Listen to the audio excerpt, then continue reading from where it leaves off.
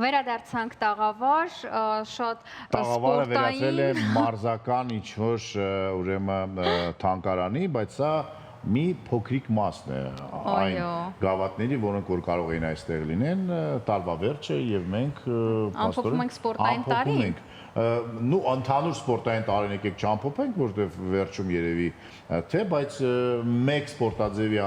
տարին կարող ենք ամփոփել։ Այո, եւ ասենք, որ տարին բավականին հաջող էր, որոշ սպորտաձևերում իհարկե, եւ մինչեւ ամանոր թե նոր տարում անպայման մենք հյուրընկալելու ենք մեզ մոտ տարբեր ոլորտից մարզիկներ։ Այսօր մեր տաղավարում են Հայաստանի Կիոկուշին կարատեի ֆեդերացիայի նախագահ Անդրանիկ Հակոբյանը, աշխարհի առաջնություն 2025-ի չեմպիոն Հովհաննես Սարգսյանը, աշխարհի առաջնություն 2025-ի չեմպիոն Էդուարդ Ղահրամանյանը եւ աշխարհի գավաթ 2025-ի մրցանակակիր Հուսիկ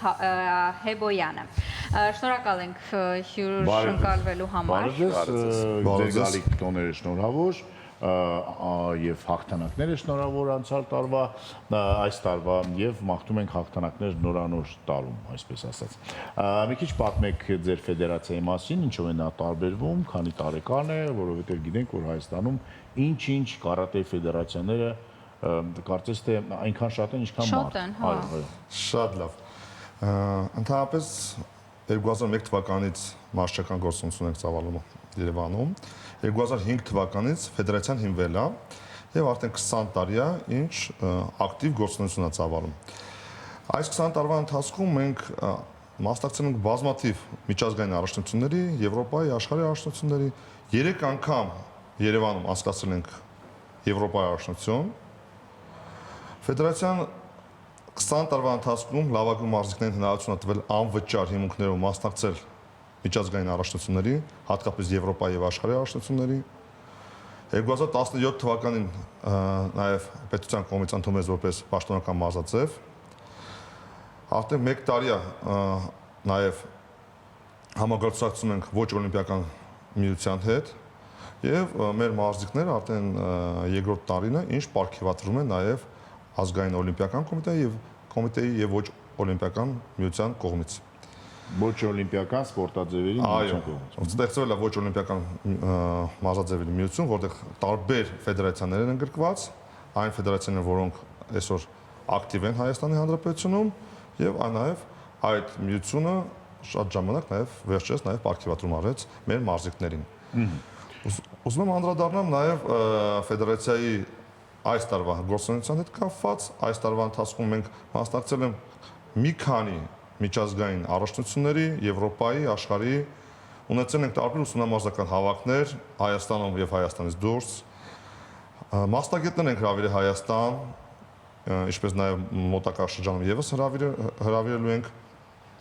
Եվ կարող եմ անդրադառնալ վերջի 1 ամսվա ընթացքում մենք ունեցանք Ավստրիայի գավաթի առաջնություն Վիեննայում, որտեղ պատվիրակությունը 32 գոլկանոց կազմով մասնակցեց ու ունեցանք 11 մրցանակային տեղ, որից 4-ը ոսկի էր։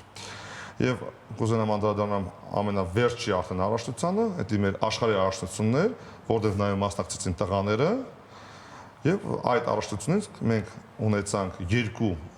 աշխարհի չեմպիոն, 4 արծաթ եւ 6 բրոնզե մեդալակիր։ Ինչպես մեր մարզիկները, որոնք ներկա են այսօր այստեղ։ Բայց մի այսպիսի հարց, որը ինձ միշտ անհանգստացնում է, որովհետև ինքը բավականին խոցելի թեմա է մեր իրականության մեջ։ Հիմա շատ տարբեր խմբակներ կան, որոնք, այսինքն սա այն սպորտաձևն է, որը կարող է երեխային ֆիզիկական տրավմա հասցնի, եթե մասնագետը մասնագետ չի, որակավորված չի որպես մարզիչ եւ չգիտի, ինքնուրույն մարզվելը բնականաբար ուրիշ է, բայց մարզելը մեկ այլ մարդուն ուրիշ է։ Այն ինչ որ վերահսկողություն կա կամ խորհուրդ մեր հեռուստադիտողին, եթե երեխային ուզում է տալ, չգիտեմ, խմբակ, օրինակ կարատեի, սկզբունքով առաջնորդվի, դիմի ձեզ կամ ոնց գտնել մարզիչ, որը լավն է եւ ունի որոշակի որակավորում։ Ոնց որ ֆեդերացիային վստահել, որովհետեւ տասնյակ ֆեդերացիաներ, եթե ոչ հարյուրավոր։ Շատ լավ։ Ես կարող եմ անդրադառնալ կոնկրետ մեր ֆեդերացիային, անդրադառնալ մեր գործունեության հետ կապված։ Այսօր մեր ֆեդերացիայում մարզվում մի քանի հազար սաներ, ունենք մոտ 100 ակումբ Երևան քաղաքում, ասես պահանջարկն այդքան շատ է, որ մենք ամեն անգամ բացել ենք անկումներ։ Մեր մարզիչները վերահսկվում են, ասենց օրինական դաշտում են աշխատում, կարող եմ ասել, Այո, կան մեր շողքի տակ նաև այլ մարդիկ աշխատող, ոչ օֆիցիալ պատվալներում, մենք դրանցը չենք անդրադառնում, իսկ մեր մարզիչներին մենք միշտ վերահսկում ենք։ Այո, լինում են մարզիչներ, որոնք լավ չեն դրսևորում, մենք հեռացնում ենք, եւ այդպիսի դեպքեր մենք ունեցել ենք շատ։ Իսկ այն մարզիչները, ովքեր աշխատում են, իրանք իրականում շատ լավ գործունեություն են ցավալում, որովհետև իրանք էլ ամեն անգամ փորձում են կատարելագործվեն եւ երեխաների հետ վերաբերում են այնպես, ինչպես ճիշտ է։ Եվ բոլորը մանկավարժ են, բոլորը ավարտել են պետական ֆիզկուլտուր համալսարանը եւ աշխատում են կոնկրետ իրենց մասնագիտությամբ։ Իսկ ֆեդերացիան վերահսկում է իրենց գործունեությունը ամբողջությամբ։ Նշեցիք Երևան, կներեք, իսկ մարզերում Այո, մարզերում էլ ունենք, համարեթե շատ մարզերում ունենք, նաև մեր մրցանակներից կարող եմ ասել երկրորդ տեղը գրավել էր Սևանից մարզուի Հելեն Եփրեմյանը, Վայքից նաև տղա գրավել Բորիս Պետրոսյանը, ուզում ասեմ նաև մարզերից ունենք մարզիկներ, կարող եմ նշել նաև աշխարհի երկրորդ տեղը գրավել էր մեր մոտ Հրազդանից Դավիթ Կիրակոսյանը, մարզիկներ կան նաև մարզերից։ Կան նաև մարզերից։ Լավ, տղաներին հարցնենք, սկսենք փոքրիկներից, քանի տարի արդեն մարզվում եք, ինչի ընտրեցիք հենց այս սպորտաձևը կարատե կոկուշինկայ։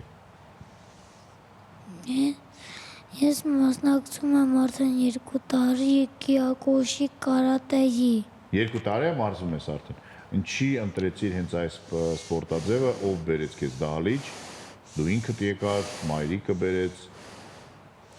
Ես շատ էի ուզում զբաղվել սպորտով, հայրիկս բերեց ինձ կարատեի։ Եվ արդեն 2 տարի է մարզվում ես եւ արդեն ունես աշխարհի 3-րդ տեղ բրոնզե մեդալակիր ես։ Այո։ Ահա, լավ, բարի, դու ինչ կասես։ Կուշին կարատեով զբաղվում եմ արդեն 10 տարի։ Քանի տարեկան ես։ 14։ 4 տարեկան ես։ Так։ Ծնողներս տարել էին կարատեի, որ պրոստը ժամանակ անցկացնեմ, բայց մի քիչ մեծացած սկսեց դուրս գալ ու արդեն սկսեցի լավ պարապել։ Արդեն 14 տարեկան ես եւ 10 տարի արդեն զբաղվում ես կարատեով։ Ապագայում ինչ ես, ինչպես ես պատկերացնում կյանքը, դառնալ ես արհեստավարժ մարզիկ, թե չգիտեմ։ գուցե մարզիչ, ինչու ոչ։ Դե ճիշտն ասած ուզում եմ ավելի շատ մարզիկ լինել։ Մարզիչ կարող է հետո ուզենամ դառնալ։ Պարզ։ Առօրյայում ո՞նց է քեզ օգնում դպրոցում կամ չգիտեմ առհասարակ բակում, ինչ որ գաղափարներ կան, որոնք գիտեմ որ կարատեն նաև ինչ որ գաղափարական բան է փոխանցում, քեզ ո՞նց է օգնում։ Դե որ գնում ես կարատեի, քեզ Բարձրագույն ճշմարտություն, այդպես է, չէ՞։ Այո, ճշմարտություն ունի։ Այո։ սովորեցնում է դիսցիպլինա, որպեսզի դուրսը մեզ վաճ պահեն, կարողանանք պաշտպանվենք, Պաշտպանենք նաև, հա։ Դա է կարող։ Լավ, ավելի ավագ սերնդի մարզիկից իմանանք ճշմարտությունը։ Դուք քանի տարի եք մարզվում եւ ինչի հենց այս սպորտաձևը եւ օրինակ ինչ խորհուրդ կտաք, չէ՞ որ սա կոնտակտային կարատե է, շատ դեպքերում կան ոչ կոնտակտային եւ ծնողները, մամաները մանավանդ ասում են, դե ինչ երեխա գիտը պիտի ջարդվի, ականջը ջարդվի, սենց, նենց, ինչ կասեք։ Ես նույնպես շատ վաղ հասակից մարզվում եմ սպորտով։ Ուրեմն առաջիկայում 4 տարեկանում խմբակ կար, մոտակայքում մարզվում է ու ոչ կոնտակտային սպորտաձև էր, միշտ ծնողներից բողոքում է, ասում է, ես ինչ այդում եք ընդ ոչ մի բան, ոչ խփել, ոչ բան։ Հետո հայրիկս Անդրանիկ Հակոբյանը հետ էր ծանոթացել, ասաց լավ կարատե կա, բայց ընդ խփել ջարդելով ա կուզես, ասեցի հա ու առաջ օրը փոշմանել էի արդեն։ Որ ընտրել եմ այս ուղին, բայց հետո ինչը դուր եկա, որ ինքը հենց մարտարվեստը, ինքը հենց դրսի համար ստեղծված կարատե է, որ դու կարողանաս ինքդ քեզ պաշտպանես։ Ու դուրս եկավ, սկսեցի մարզվել, երկար տարիներ լավ ցուցանիշներ եմ ցույց տվել ու արդեն այս վերջի աշխարհի առաջնությունն էլ եւ այսքանով կարիերայիս արդեն ավարտ կտամ։ Քանի որ արդեն տարիքս 30 եմ ու եթե գիտեք սպորտաձևի մեջ արդեն 30-ից հետո ել չես կարող բարձրանաս, ավելի շատ իջնում ես։ Քանզի նվաճումս էլ հենց ոսկե մեդալեր, երբ գնաս ժամանակին եւ ավարտես։ Ինչ եք անելու, ինչով եք զբաղվելու։ Ես ինքս արդեն մարզիչ եմ, նստած հենց Էդուարդ Ղարամանյանը իմ աշակերտն է, ով երկար տարիներ 10 տարի մարզում արդեն իմ մոտ 4 տարեկանից իրականում կարող է ինքը եկել էր սիրողական մարզումների, բայց հենց այդ տարիքից է զգացում էր, որ իր մեջ կա պոտենցիալ։ Դե 4 տարեկան երեխայի մեջ դուք արդեն տեսնում Անպայման, եք, մի ապագա թե չէ։ Մենակ այն փաստը, որ 4 տարեկան երեխան գալիս է ու նայում ես այնտեղ 8-9 տարեկանների հետ լուր պարապումա չի խաղանում, արդեն դու հասկանում ես, որ այդ երեխան լուրջ տրամադրված է, ինքը գիտակցում է ուր է եկել։ Երեխաներ կան մեծ տարիքում գալիս են, բայց չեն գիտակցում ուր են եկել, կարող խաղի վերածեն կամ ուղակի նայեն այդ մարզումներին։ Ինչ որակներ են պետք, որ միանգամից հասկանաք, որ այս երեխան ունի պոտենցիալ կան, ամենակարևորը ես կնշեմ դիսցիպլինան, որ մարզիկը հենց ամենաառաջինը պարապմունքից չուշանա։ Նա ամենակարևորը հենց դիսցիպլինան է սպորտաձևի մեջ, որ չնայես դու ուզում ես դա, չես ուզում դա, եթե դա քեզ հարկավոր է, փորձես անել, որպեսզի հասնես քո բարձունքներին։ Ինչպիսին է իրավիճակը աշխարհում, ովքեր են այսօր ամենաուժեղագույնները ձեր մարզաձևում եւ չգիտեմ, օրինակ ձյուդոիստները երազում են նրա մասին, որ գնան Ճապոնիա եւ այնտեղ մարզվեն, հետ գան։ Ձեր պարագայում այդպես է, այդպես չէ, թե օրինակ չգիտեմ, Լատինական Ամերիկայում է ամենաուժեղ մեքսիկացիներն են։ Շնորհակալություն հարցի համար, իսկ կուզենամ մեր Սարգսյան Հովհաննեսին ավելացնեմ, Հովհաննեսը մարզվում է 5 տարեկանից եւ 25 տարի արդեն մարզվում է։ Ես ինչու համար նաեւ այսօր փոքր երեխա հրավիրեցինք Մազադալիչ, որ տեսնեն այդ փոքրից եւ դառնում են այսպիսի ուժեղ, լավ, ուժեղ սան։ Ես օրինակն եմ ուզում բերեմ, իսկ նաեւ կուզենայի անդրադառնայի ձեր ասած ջարդել փշերերում, ուրեմն նաեւ այդպեսի մեր մոտ չկա ջարդել փշերել, այդ անցած շաբաթ-կիրակի մենք հասկացեցինք Հայաստանի առաջնություն եւ մոտ մասնակցեցին մի քանի 100 երեխաներ ու ոչ մեկին ոչ մի վնասված չեղավ։ Ինչի համար չլինում վնասվածքներ, քանի որ մենք ապահովել ենք այդ ամեն ինչը։ Կան հատուկ պաշտպանիչներ, որոնք երեխաները հագնում են եւ մինչեւ 18 տարեկան այդ պաշտպանիչներով են մենամարտում։ Իսկ մեր ֆեդերացիան 2011 թվականից հատուկ շլեմներ է պատվիրում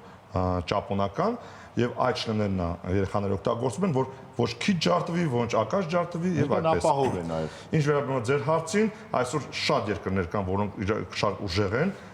Ես կարող եմ նշել Ռուսաստանի Դաշնություն, Ճապոնիա, Բուլղարիա, Լեհաստան, Անգլիա, շատ երկրներ կան, Վրաստան, շատ այս մարզաձևը համարյա բոլոր երկրներում պետության կողմից ճանաչված է եւ մեծ ուշադրություն է դարձվում։ Ինքը շատ մեծ կազմակերպություն է աշխարհում, 14 միլիոն մարդ է զբաղվում այս սպորտաձևով եւ կարող եմ ասել, որ շատ պոպուլյար է եւ երկրներ չկան, որ թույլ լինեն։ Բոլոր տեղերը շատ լավ զարգացած է, ինչպես նաեւ Հայաստանի Հանրապետությունում։ Ինչպես մենք Հայաստանի Kyokushin Karate Ֆեդերացիան այսօր առաջատար ֆեդերացիան է Հանրապետությունում եւ հնարավորություն է ստեղծում բոլոր սաների համար պայմաններ, որ իրենք կարողանան լավ մարզումներ իրականացնեն։ Պատկերացնենք մի իդեալական իրավիճակ կամ ֆանտաստիկ իրավիճակ, որ օրինակ Հայաստանի բոլոր կարատե ֆեդերացիաների նախագահները հավաքվում են ինչ-որ մի ռեստորանում, իրար հետ հաց են ուտում եւ որոշում են, որ օրինակ պետք է անցկացնեն բաց առաջնություն, որ բոլոր ֆեդերացիաները կարողանան մասնակցել։ Հնարավոր է դա թե ոչ եւ այդ պարագայում ում մարտարվեստը ավելի ուժեղ կլինի, ով կլինի ամենաուժեղ։ Ընդհանրապես ոչ թե մարտարվեստն է ուժեղ լինում, այլ լինում են մարզիկները ուժեղ։ Իսկ մենք երբ հավաքվենք ռեստորանում ու այդպես մենք անում ենք արդեն ոչ օլիմպիական միության կազմում եւ կան երկու կարատեի, հա, ոչ ընդհանրապես։ Ես այդպես եմ պատկերացնում, ինչպես շատ երկրներում կա ոչ կոնտակտային ոչ եւ կոնտակտային ոչ։ Ոչ կոնտակտները կարող են հավաքվել մի կազմակերպության շուրջ, որ այսօր օրինակ եմ ասում, կարող եմ ասում մեծ կազմակերպություններից մեկն այդ VKF կազմակերպությունն է եւ կոնտակտային ոչ, որը Kyokushin-ն է ու այդ երկու ոչով իրենք կարող հանգիստ մրցեն։ Այն մյուսները ովքեր ուզում են գնան ոչ կոնտակտ, այն մյուսները կարող են կոնտակտային ոչում մրցվեն։ Ու այն ժամանակ լավագույն մարզիկը կարող է արդեն ի հայտ գալ։ Բայց այդպիսի մրցումներ դեռ չի անցկացվել։ Հայաստանի Հանրապետությունում մենք շատ ժամանակ անցկացնում ենք բաց առաջնություններ, հրավիրում ենք բոլոր ֆեդերացիաներին եւ մարդիկ գալիս են մասնակցում են։ Բայց քանի որ ֆեդերացիան շատ ակտիվ է մեր ֆեդերացիան եւ ունի շատ ուժեղ մարզիկներ, արդեն այլ ֆեդերացիաները եւ այլ նաեւ Kyokushin ձևերը խուսափում են մասնակցել, որովհետեւ չեն ուզենա իրենց լավագույն մարզիկը հայտնի, չգիտեմ, այո, շատ վերջի տեղից մեկում։ Հասկացա։ Եթե խոսանք աղջիկների ներգրավվածության մասին, ինչպիսին է ունեք մարզիկներ, ունեք հաղթող, նշեցիք, որ ունեք արդեն չեմպիոն մարզիկներ, եւ ծնողներին խորհուրդ կտաք, որտեվ կա կարծրատիպ, որ սա այդքան էլ աղջկական մարզաձև չի, չեն տալիս աղջիկներին, անգամ թե երեխան սիրում է։ Շատ լավ։ Ընդհանրապես ասեմ, որ այո, կար այդ կարծրատիպը տարիներ առաջ, հիմա փոխվել է։ Հիմա կարող եմ ասեմ շատ աղջիկներ կան ներգրավված մարզաձևերում ու որ դահլիճ մտնում ես մի քանի աղջիկ մարզվում է։ Այնժամ կարող եք մատերի վրա հաշվեինք ֆեդերացիայի աղջիկներ, այսօր 100-ից ավել աղջիկներ են մարզվում։ Եվ չգիտեմ, կարող ավելի շատ էլի։ Եվ հնարավորություն է նաև տրվում աղջիկներին էլ արտասահման մրցումների մասնակցել։ Մենք շահագրգռում ենք նաև որ ոչ թե միայն տղաների, նաև աղջիկների։ Իսկ աղջիկների մարզումները նաև տարբերվում է տղաների մարզումներից։ Աղջիկների մարզումները մի քիչ ուրիշ ձև է ընթանում։ Եվ իրանք ավելի նուրբ են լինում, էլաստիկ են լինում, ավելի ճկուն են լինում։ Եվ դրա համար աղջիկները շատ ժամանակ, երբ իրանք գալիս են սկսում են մարզվել, իրենց դուր է գալիս։ Եվ ինչպես նշեցի, վերջ մենք ունեցանք փոխ չեմպիոն Սևանցի աղջիկ։ Տղաներ, դպրոցի ուսումը կարևոր է մարզվելու համար, օրինակ, ձեր մարզիչը ստուգում է ձեր օրագիրները, ձեր գիտելիքները, եթե վատ չեք սովորում, չգիտեմ, մարզումներին չեն թույլ տալի մասնակցեք, թե կապ չունի ուսումը եւ սպորտը։ Դե մեր սենսեյները ստուգում են մեր օրագրերը, գիտելիքները, բայց իմ կարծիքով դե համ պետք է սովորես, համ պետք է պարապես ու իրար հետ կապվի, որ օրինակ դասերը չխանգարի պարապմունքներին կամ պարապմունքները դասերին։ Մեծ ոնց ես անում, որ չի խանգարում օրինակ իրար քո դեպքում։ Դե օրինակ դպրոցում եմ դասեր սանում, հետո գալիս եմ ու միանգամից գնում եմ պարապմունքի։ Այսինքն դիսցիպլինա նաև այդտեղ է օգնում, որ դու կարողանաս ժամանակը ճիշտ բաշխել եւ դա կարեւոր է իսկապես։ Քանի անգամ եք պարապում շաբաթական, քանի ժամ է տևում մարզումները։ Շաբաթական 3 պարապմունք, 2 ժամ է տևում։ Մեն մնացած օրերը որ պարապմունք չունես, դու օրինակ ֆիզիկական տանը անում ես, չես անում, ֆուտբոլ, բասկետբոլ, բակում խաղալ։ Դե բակ եմ իջնում, դաս եմ անում, պարապում եմ տանը։ Դու ինչ կասես։ Դու ինչ ես մտածում, ուսումը կարևոր է։ Դպրոցը, որ դաս անում ես։ Երկրորդ։ Երկրորդ դաս անում։ Եվ սիրում ես սովորել։ Այո։ Լավ ես սովորում։ Այո։ Սենսե կարևորում է քո լավ սովորելը։ Այո։ Իսկ դպրոցում ոնց դիմավորեցին, որ իմացան բրոնզե Աշխարհի բրոնզե մեդալակիր ես։ Գիտեն դասարանցիները։ Այո։ Դպրոցի տնօրենը, դասատուն։ Այո։ Այո։ Լավ ունի կարծեմ։ Ասեմ, ուսիկա արդեն իրոք այդ օրինակն ենք մենք տեսնում երեխայի, այսպես փոքր երեխաներից հետո դառնում են հզոր տղաներ, չեմպիոններ։ Այո, ես էլ եմ հպարտանում Հուսիկով, որովհետև ինքը հիմա որ պատրաստվում է մրցաշարի, ինքը շաբաթական 6 օր մարզվում էր ու այս տարիքի երեխայի համար իրականում դժվար է, բայց ծնողների մեծ դերը կա, որովհետև ծնողների նաև ծնողների դերը, որ իրանք բեր են հասցնեն մարզումների պարտաճանաչեն, պատասխանատուն են, որովհետև նաև շատ ընդհանրապես չեմպիոն դառնալու համար նաև այդ ծնողի մեծ դերն է կախված։ Իսկապես դա այդպես է եւ սպորտը շատ կարեւոր է, անգամ եթե կարեւոր չէ նրա համար, որ բոլորը պետք է դառնան կամ պարտադիր պետք է լինեն չեմպիոն, դա այդպես չէ, հազարավոր մարդիկ են զբաղվում, բայց տասնյակներն են դառնում չեմպիոն, բայց այն մնացածը դառնում են լավ մարդ եւ լավ քաղաքացի։ Դա ամենակարևորը, ազնիվ, ուժեղ, հպարտ, հասնող, բարի, կամեցող եւ սպորտը այդ ամենը իսկապես տալիս է։ Իսկ ես հիշեցնեմ, որ մենք տաղավարում հյուրընկալել էինք Հայաստանի Կիոկուշին կարատեի ֆեդերացիայի նախագահ Անդրանիկ Հակոբյանին, աշխարհի առաջնություն 2025-ի չեմպիոն Հովհաննես Սարգսյանին, աշխարհի առաջնություն 2025-ի չեմպիոն Էդուարդ Ղահրամանյանին եւ մեր ամենափոքրիկ հյուրը, որին հաջորդ ապագա աշխարհի չեմպիոն, աշխարհի գավաթ 2025-ի մրցանակակիր Հուսիկ Հեբոյանին։ Մաղթում ենք ձեզ լավ տարի, թող բալիկները իսկապես գան եւ մարզվեն, դա կարեւոր է։ Գովազդից առաջ ասեմ, որ այսօր մեր հզոր չեմպիոնի, մեր լեգենդար Արտուր Ալեքսանյանի, Գևորգ Ալեքսանյանի ծննդյան օրն է, իր հայրիկի եւ անձնական մարզչի, պարոն Ալեքսանյան, ձեզ մաղթում ենք ուժ, եռանդ, հավատք, սեր եւ առողջություն եւ թող ձեր եւ ձեր տիկնոջ ամենամեծ երազանքը հաջորդ տարի անպայման իրականանա։ Շնորհավոր ձեր ծնունդը այս պահին գովաստ։ Այս պահին գնում ենք դիտենք գովաստ։ Գնացինք։